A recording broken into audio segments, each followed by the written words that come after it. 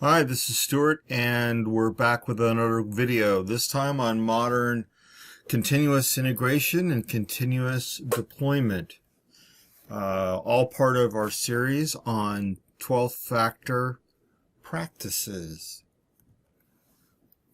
So the purpose of this talk is as part of an ongoing culture change that's happening all through IT. This realization that the ways that we've been doing things that might have been good in the past aren't going to take us into the future with success. And they're all nicely encapsulated, these fallacies, by this phrase, works on my machine. And we're here to talk about how that's not okay and what you can do instead. And I should say that the things we're going to talk about are in themselves not hard to do. The hardest part of any of this isn't technology or picking the engines and tools you're going to do this. It's a fundamental culture change about how we as practitioners and managers of practitioners deliver business value through software. So here's the big picture overview, and we're going to drill down into CI and CD, but I wanted to give you what the short version of an idealized life cycle is. And that is, developers will make sure that their development workstations have the latest version of the code. They'll create a topic branch. Here I'm just going to assume, for the purpose of this talk, that you're using Git. Git's mechanism for having an isolated place to work is branching. Branching is good for all sorts of things. Different video, though. They're going to do their development, and they're going to work in hopefully short, sharp stanzas. They're going to code a little. They're going to write some tests. And it really doesn't matter what order you do those, as long as you do it. And then you're going to push that code to your branch in the sky, and you're going to keep iterating on that until the story that you're working on is ready for others to review and potentially ready to join the main code stream. So in Git, that's a pull request that says, look, here are the things that I have done that are different than the main code stream. I would like folks to look at them, give me feedback. If it's not quite ready or you have constructive feedback that I can use to make the code better, then I'll revoke my pull request and I'll continue that development cycle of testing a little, coding a little, pushing it upstream. And when I think I've got another candidate that's solid and good to go, I'll do the pull request process again. And my peers will look at it and say, yea, verily. You've told the story, you've told it well, and we think it's appropriate to have your code join the main code branch. At which point, you have a tool that's watching the main code branch, and it could be the develop branch, it could be the master branch, it could be some other branch, doesn't matter. But the tool detects changes in the state of the code in that branch and kicks off a CI build, and we're going to drill into that. At the end of the CI build, we're going to store the build artifacts, assuming that we've succeeded. Obviously, if we failed, everything just stops. But assuming we've succeeded, we're going to store those build artifacts. And most build artifact storage, really under the covers, what are they doing? There's some sort of web service that's responsible for acting as the API for the storage. And under the covers, what you're doing is you're pushing up a jar, a tar, GZ, a zip, or some other deployable thing, but into an artifact store. And that artifact store is going to have lots of metadata. It's going to have what markers in the code that represents. So in Git, it's going to have the commit information. It's going to have who did it. It's going to have the associated story, hopefully, or stories, etc., etc. And so anytime, either manually or automatically, the CD process can come along and deploy that code to an environment. So it's not uncommon for that environment we're deploying into to be automatically deployed into a dev integration environment. In other words, an environment that every time we have a successful CI build, does an integration build up into the dev integration environment. Other environments like QA are triggered manually. QA looks at the accumulated wisdom ensorcelled in your build artifacts, and they look at the metadata and they say, oh, well, on the basis of that, here are a bunch of stories that are ready to take, and they will typically select the last good build, and they'll ask the deployment engine to update the QA environment, and then they'll test. And in this case, the audience is QA, and they'll file, bugs or defects that go into our backlog, and the process continues. At some point, the business may be told, or their proxies may be told, that there is a weight of stories that are ready to have the business side of the equation look at. And they'll go into the deployment engine and they'll select, based on the metadata from the build artifacts, those artifacts that QA has signed off on. And they'll typically pick the latest one that QA has given its blessing to, and they'll deploy it to a UAT environment. And then they will provide feedback, and those will go in as defects and stories and so on into the backlog. And then when there's a good weight of those, and the business feels that there's something that's ready to be shared with the downstream users, the customers, they'll go in and they'll say, okay, well, we're going to do a production deployment. And the process should be just about as exciting as I've described it. It should be so routine and so reliable. And the entire team, all the stakeholders, should have such confidence that we can deploy and undeploy builds painlessly and easily with a minimum amount of disruption to the business. That we're confident that we can do incremental deployments to production more and more often. So if you belong to an organization that is currently doing 2 production deployments a year, and they're sort of nerve-wracking because they're kind of a big bang. They're just a whole lot of stuff all at once. Then we set our sights on doing 4 deployments a year, or a deployment a month, or a deployment every 2 weeks, or every week, or whatever makes sense. There's a minimum floor that makes sense depending on what your business is like. And usually the long pole in the tent is that step where the business owners look at what's ready and say, yeah, we fixed enough bugs and implemented enough features that we're comfortable that customers will like the results, and they'll release that. In the case of people who are deploying and maintaining system software, they can get down to a build every hour. And you hear these stories about Netflix and Amazon and other big companies doing, many, many deployments a day. And they're doing that because fundamentally they're not deploying everything into production all at one go. Not all of their customers are going to get all of their things as they release them. They usually are doing some sort of canary release where end customers say, you know what, we are ready to try the new version of that. And they also have 100% confidence that if something doesn't go well or something performs less well than it did in the previous release, they can quickly roll that back.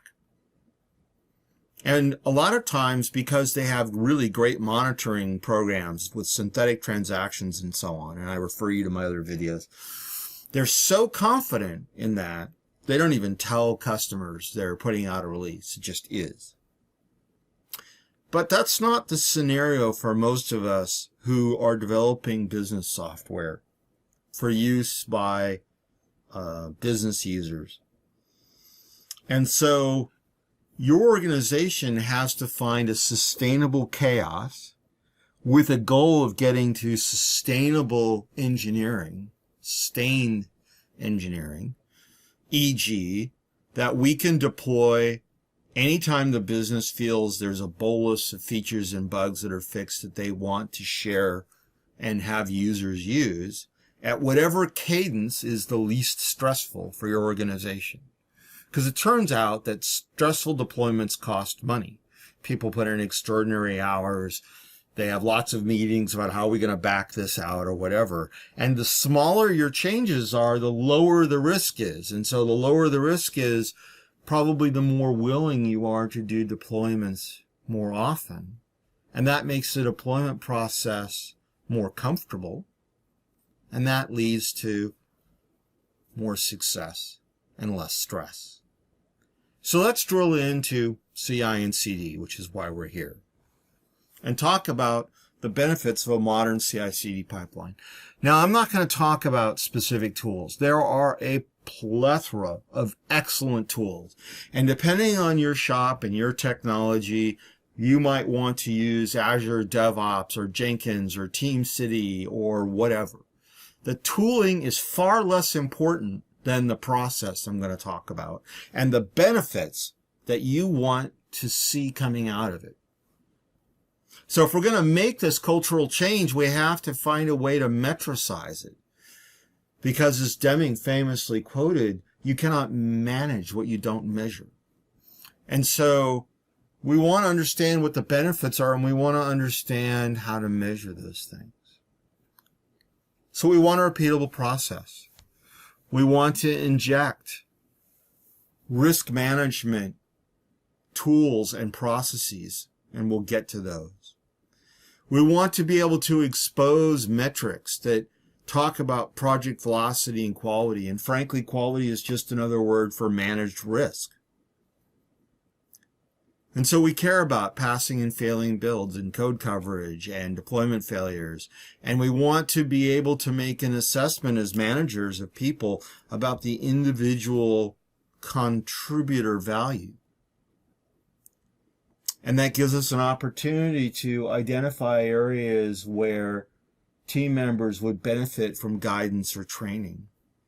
And we want to make sure that we're never in a position where we're deploying something that we could have anticipated was going to be a bad idea, what's called a poisoned deployment. And having a CI/CD pipeline gets us the other benefits of 12-factor. We'll talk about config when we talk about continuous deployment. And we want to provide, the same engine that does CI and CD will typically allow you to implement infrastructure as code. In other words, to provision infrastructure dynamically in environments and keep it refreshed, keep it updated, keep it patched, and so on. So it's a shocking revelation to me how many times I've gone into some of America's biggest companies, and despite typically there being a corporate policy that expresses that this should be true, there is no source control, or their source control is so antiquated, or is the source control system is filled with so much junk that, gun to their head, only Mike knows how to build software products and hand push them to environments, right? Or things that are living in folders or documents instead of in source control. Everything except secrets belong in source control.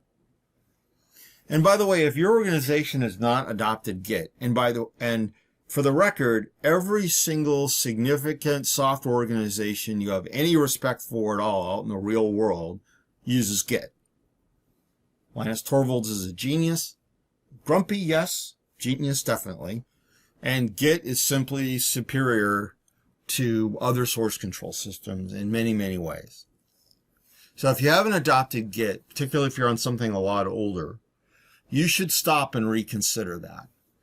And changing source control systems is not painless, but it is an opportunity to clean up and reorganize your source control, which will give you a ton of benefits when you start implementing CI builds.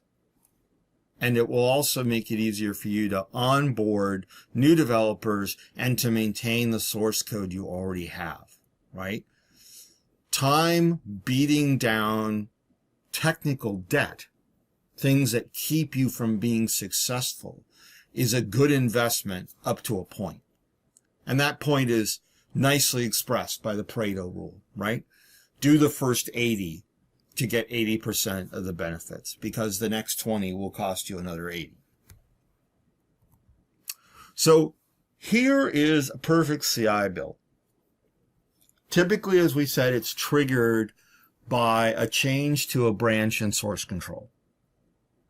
And modern build systems are capable of listening to events from the source control system, particularly Git, and identifying that it needs to start a CI job.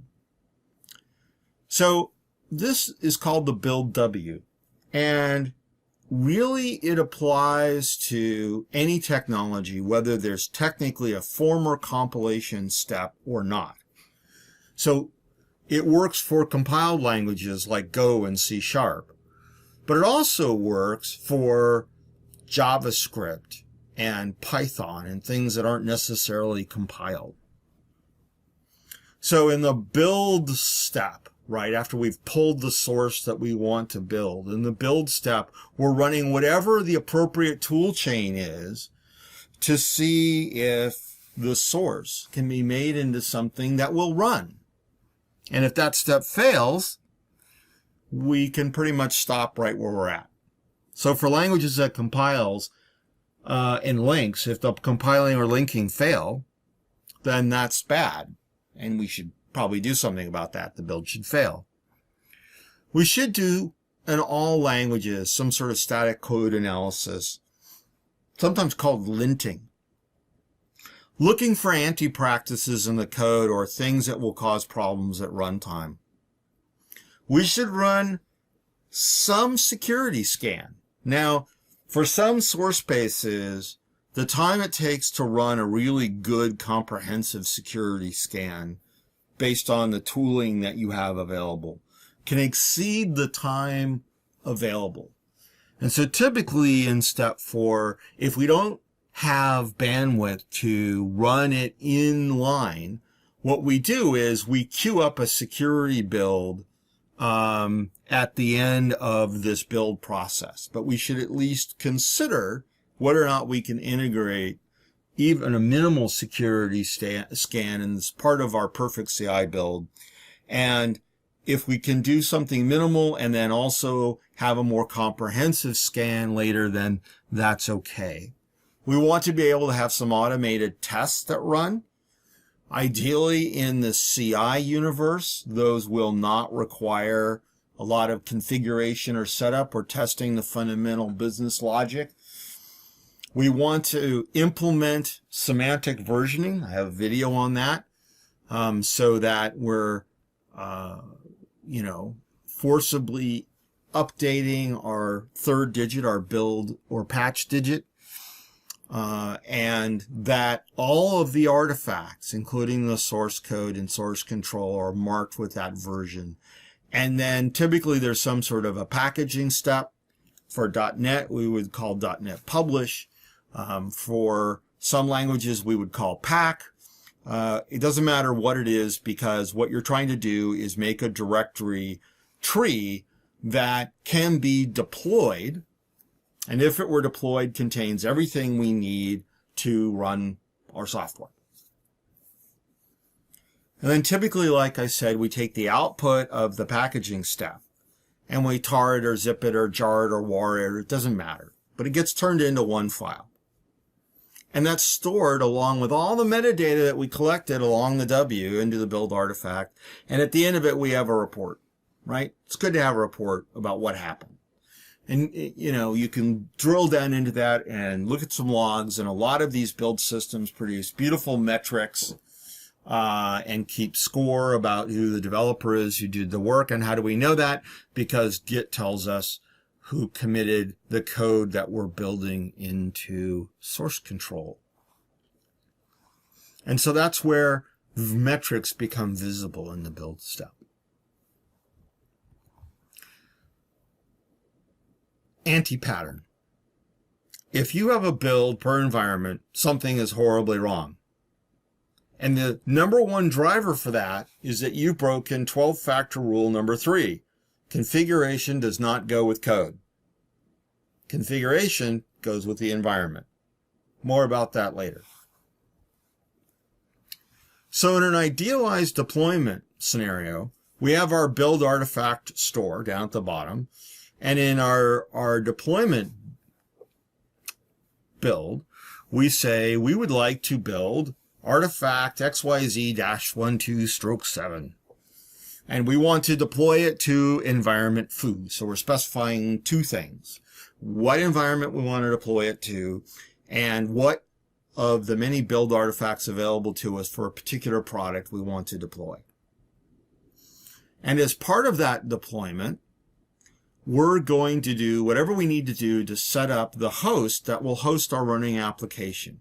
And typically that means going into our configuration and secrets repositories and pushing those things in, typically as environment variables, into our host, and then pushing our code and telling it to start. And on startup, our code will read the environment and get all of its configuration and secrets, and hopefully run happily.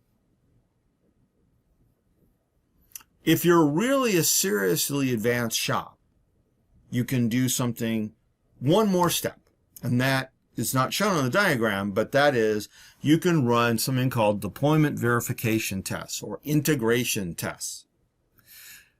And that is firing up a set of tests that runs against an environment that interacts with the running code end to end. So if you have an API that interacts with a data source, we're going to actually try querying that API and making sure we get relevant data back from the data source. That's a good integration test.